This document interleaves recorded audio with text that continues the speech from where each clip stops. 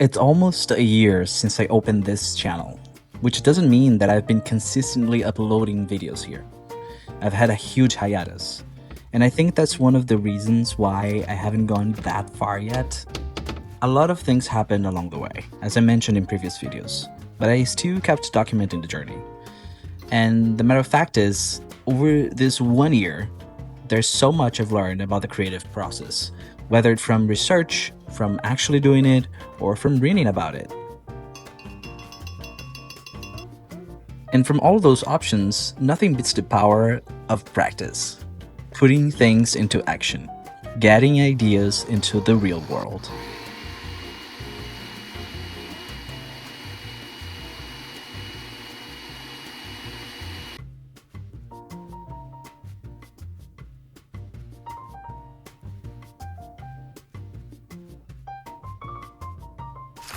Well, hello everyone. It's time to conclude this video, and I just wanted to finally share with you guys some of the struggles of being a small content creator. And I think those are things that I do believe that there are a lot of things people don't actually talk about when you're starting out as a small content creator, and those things that are literally struggles you go through no matter at which stage you are.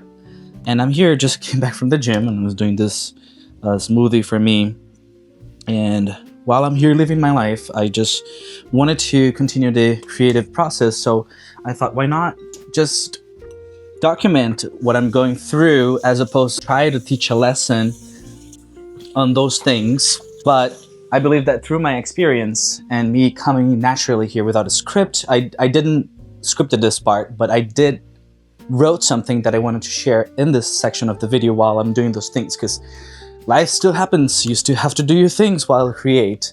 So basically, I wanted to share about those things that I feel like every content creator goes through, especially in the early stages. Real struggles, the kind of that are hard to kind of hear or not so glamorous enough to be shared in the beginning. So I brought my computer here so we can talk about a little bit of them. Don't mind the scenario, I'm here in my kitchen. So this is just like real life in itself, but it doesn't prevent me from here to come and share a little bit of what's going on and things that you are going to go through, and no matter which stage you are, if you're starting as a content creator. One of them, and I think until right now I have got through most of them already, but first of all, let's start out with the fact that your videos won't be perfect, and let's already embrace that. That's totally fine. It was a little bit one of the things that prevented me from creating more in the beginning, because I truly thought like my ideas, they had to come perfectly as I had imagined them to the real world. And because those things were not happening, I was feeling a bit frustrated and feeling like I wasn't going to progress or was progressing at all. There'll be issues, there'll be mistakes, and it's important that at the end of the day, despite all that, push through it. So I realized that my job isn't to make perfect videos, but to make the next one better than the previous one. So that's a philosophy of creating content that I've developed, that I've watched around other videos as well, and other creators that were able to pass their 100 videos to 100 videos and continuing living out of their creative processes. And it's one of the things that I learned from them, this philosophy of trying to improve in every other video, in the next video, making it better than the last one. But if there is something that definitely no one prepares you for, is storage. So let's get organized with storage. This is the first thing I'm telling you. Get started with storage. Before everything else, to start organizing your storage, start organizing your files, everything, because this whole first week of the month, I've been trying to work on that, and honestly, it's not done yet. It's not even halfway through it. There's a lot of issues, but I couldn't just not post because of that. Despite this all, despite me still trying to figure out a way to create a system and a better way to create content, I still had to push the first video as I had programmed myself for doing so, and I'm glad I did. The first video is out there. You guys have watched. A few of you have commented. Thank you so much for that. Whether you're recording on your phone or in your camera, if you hear, and this is your first video you don't know, I record my videos in my iPhone. I have my Osmo Pocket 3, which is currently the one that I'm using right now. I have a microphone. I have purchased a attachable light to my Osmo Pocket as well. So I think this is one of the things that have improved my creative process. I don't have the best scenario, but this is my reality. This is my real life. There's no other way to go with it. And I just would say that get started with storage if you wonder where to start. After you plan your videos, your content, your niche, everything else, just go for storage. Make sure you have everything prepared to receive the videos, to know where they're going, to label them properly. Because storage becomes a pain really fast. And on top of that, you're investing a lot of money up front with zero return. You're gonna make a lot of videos, and you make videos, and you make more videos, and you make more videos, and you realize nothing pays off yet because it takes a lot of time. I'm telling you, on YouTube, you have to start prospecting followers and subscribers on a good amount after the 100 videos, and I haven't even gotten there yet. That's what I've been hearing. So I'm trying to test this theory that you have to get to hundreds to 200s to start feeling and getting traction on your channel. And those are investments that, like, you buy storage, you buy gear, you buy software, and nothing comes back yet at first. And you have to understand that this is an investment at first with no return. So a lot of creators, they come to this thinking it's the easiest thing to do. It won't require any pain of investment, monetary or mental burn, and actually it comes at a cost. And just drink this. Another thing is the fact that some videos will perform better than others, and that needs to start being normalized. Let's start making this a real thing. Like, you're gonna make videos, those are gonna be okay, but don't keep trying to repeat the same reach as the last one. Try to improve, try to get better, but at the same time, I don't feel like I expect anymore my videos to reach the same numbers, because I know that it's not gonna be like that.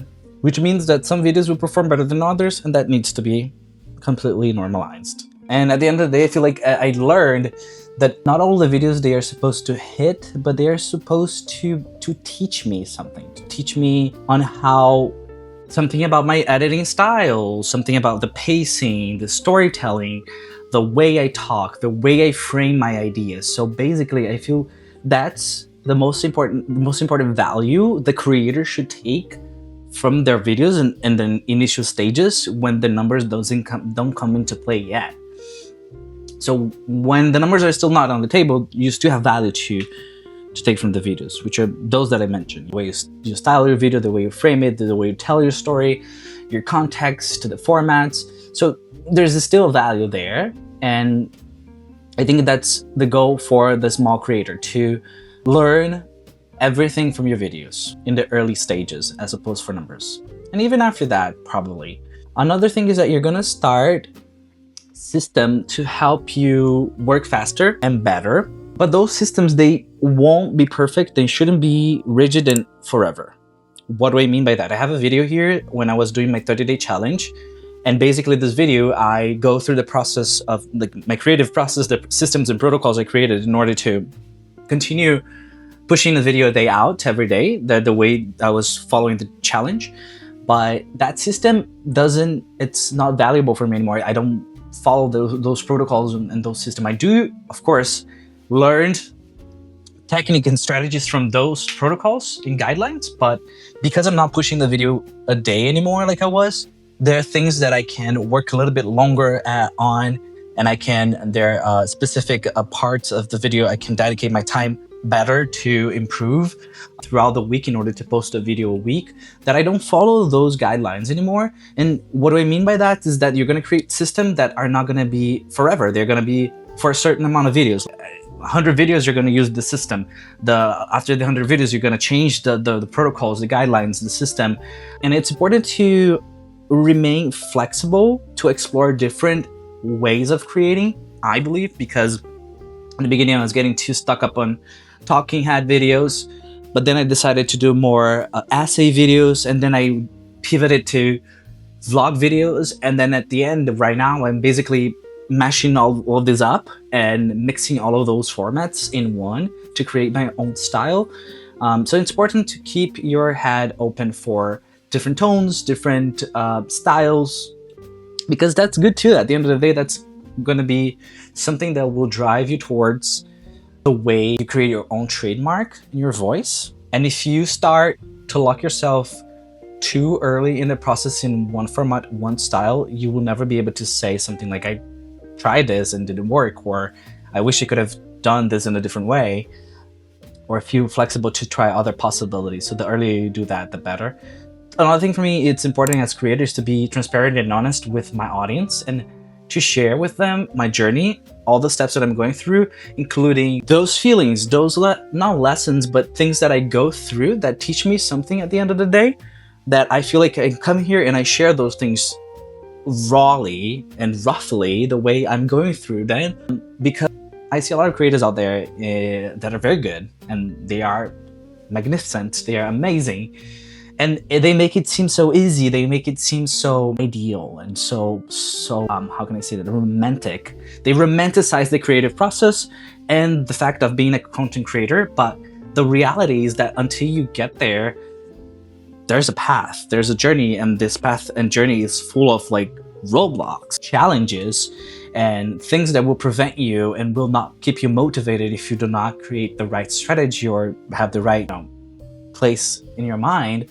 So I feel like I come here to just literally share those things, because for some videos you will notice that there'll be moments where you notice a lot of missing pieces, mistakes, shots you wish you had made, shots you realize they are shaky, edits you would change, but you have a deadline.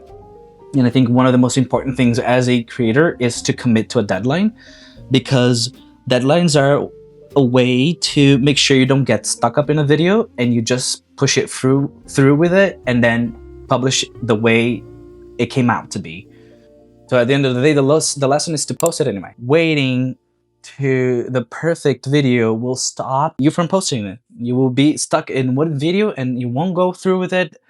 Oh my god, I have lost the count of how many videos I've stuck with, trying to like understand what was missing, trying to like come up with a different version of a mistake I made or something of the audio. Oh my god, audio is like another thing I should tell you to work on, because you can have so much headache with audio, with shaky images. But again, my last video, which is the first one of the series that I'm coming back with more video, I'm still documenting my journey, is basically to show that you will find a lot of mistakes there, especially if you come back and go through the video as I'm telling you. You will notice that there are color grading issues, there are a lot of rendering issues, there's also audio, like a lot of like mistakes that I couldn't fix closer to the deadline, and I just have to go with the flow and the way it was. But for me, it was just like, oh my god, I wish I fixed this, but it is the way it is right now. I have to post it. It's the deadline. The most important committee you have to have is with yourself, because if you have that with yourself, eventually you will develop with other people as well. Storage, as I mentioned in the beginning, and also as I shared in the beginning, can also slow you down a lot, especially when files, they pile up and you don't even know what to delete, to keep, what you have duplicated, what you already used in a video you don't need anymore, to save, or if you already saved somewhere else. So to come up with the very organized file system and storage system is ideal in the beginning. From the early stages, of course, you're going to learn as you do it, but at the same time, the earliest you give attention to that, the better. I think a few of the last few things I wanted to share is that it's important to mimic your favorite creators. That's okay as a great inspiration, but I also try not to forget that I don't have the same life context as they have, the same experiences, or the same expertise as they have to go through some challenges and roadblocks and issues. So if things don't go as expected from myself, I still try to credit myself and remind myself that, hey, this is my context, this is my lifestyle, this is what works for me and what works for them. So just remember, you're showing up, you're putting out effort, you're doing something about it. And finally, again, your ideas, they will not come out exactly the way you imagine them to the real world. It's totally fine. It's totally normal. This is actually the way it's supposed to be. Because at the end of the day, your imaginations, they don't have real world limitations as life has. For example, time, energy, light, space, resources, motivation. So this all comes into play when creating content. There are strategies to come up with to go through all of those, to push through all of that. And that's like a one by one thing. It's case by case. You can learn from other creators. You can try to mimic them. But at the same time, you will eventually have to find a system, a way to go through them and to push through on your own by doing it. Because at the end of the day, you only discover those limits when you try to bring your ideas to life. And that's totally part of the process. Not failure, process. And that's how I wanted to finish this video. If you like this video or this format, which was a little bit more documentational of my process as organizing my content creator life plan strategy for this year, there'll be more videos talking about this. I just wanted to finalize this one for now, otherwise it's going to be a huge video, but I felt like this first weeks, they taught me a lot already on the creative process, and I already wanted to share where I'm at. I want to create a video a week moving forward, and the videos, expect them to be a little bit like that. I'll be sharing something that I'm going through as a content creator. I will share experiences in my life, which could be in New York City or just life in general, and I will be documenting the process. I'll mix a little bit of essay sometimes. Yes, I just wanted to thank everyone that has been coming here, leaving comments, sharing, or liking the video. This is a very good sign of support for a creator like me, because I understand I'm in my first stages of my small creator, and I'm totally fine with that. One day I'm gonna get there if I keep doing it and believing in the job, okay? See you then in the next video. Oh, if you like this video though, watch one of those because you're probably gonna get some value out of them as well. Bye bye, this is the Drigoverse, and I'll see you in the next video.